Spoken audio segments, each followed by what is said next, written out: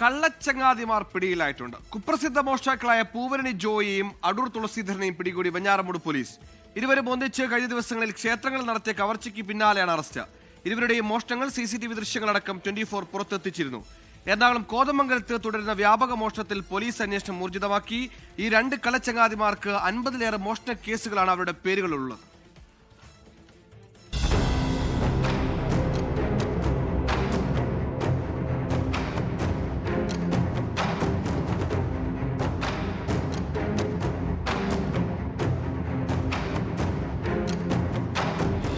തിരുവനന്തപുരം കളമച്ചൽ പാച്ചുവിളാകം ദേവീക്ഷേത്രം, വേറ്റൂർ ശ്രീ മഹാവിഷ്ണു ക്ഷേത്രം എന്നിവിടങ്ങളിലെ മോഷണങ്ങളിലാണ് പൂവരണി ജോയി, അടൂർ തുളസീധരൻ എന്നിവർ പിടിയിലായത്.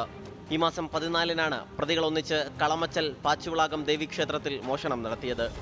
ദേവിക്ക് ചാർത്തുന്ന സ്വർണ്ണപ്പൊട്ടുകളും വളകളും താലിയും മോഷ്ടിച്ചു. CCTV ക്യാമറയുടെ DVR എന്ന് തെറ്റിദ്ധരിച്ച ഇൻവെർട്ടറും കവർന്നാണ് പ്രതികൾ മടങ്ങിയത്.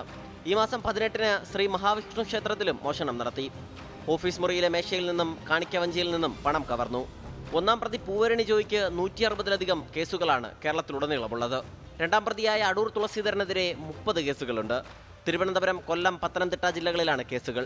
ഇരുവരും ഒന്നിച്ചാണ് സമീപകാലങ്ങളിൽ മോഷണം നടത്തിയിരുന്നത്. പ്രതികൾ മോഷണത്തിനുപയോഗിച്ച സ്കൂട്ടറും പോലീസ് കണ്ടെടുത്തു. 2 പ്രതികളും മാസങ്ങൾക്ക് മുൻപാണ് മറ്റു കേസുകളിൽ നിന്ന് ജയിൽ മോചിതരായത്. 24 പുറത്തുവിട്ട CCTV ദൃശ്യങ്ങളും കേസിൽ പ്രതികളെ കണ്ടെത്താൻ നിർണായകമായി. അതിനിടെ എറണാകുളം കോതമംഗലത്ത് വ്യാപക മോഷണം എന്ന വാർത്ത പുറത്തുവന്നു. പിടവൂർ ബദരിയ ജുമാ മസ്ജിദിന്റെ ഭണ്ഡാരക്കുറ്റി കവർന്നു. പുലർച്ചെ ശക്തമായ മഴയുള്ളപ്പോൾ പള്ളിയിൽ കടന്ന മോഷ്ടാവ് ചില്ലുകൾ തകർത്ത് അകത്ത് കടന്നു. പാന്റും ഷർട്ടും ധരിച്ചെത്തിയ മോഷ്ടാവ് ഭണ്ഡാരം കവരുന്ന CCTV ദൃശ്യങ്ങൾ ലഭിച്ചു.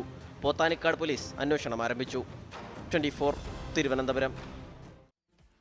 ലോകത്തെവിടെയായാലും ഏത് സമയത്തും 24 വാർത്തകളും ഓഗ്മെന്റഡ് റിയാലിറ്റി പാക്കേജുകളും എക്സ്പ്ലെയിനറുകളും വിശദമായി കാണാൻ ഞങ്ങളുടെ YouTube ചാനൽ നിങ്ങൾക്ക് സബ്സ്ക്രൈബ് ചെയ്യാം.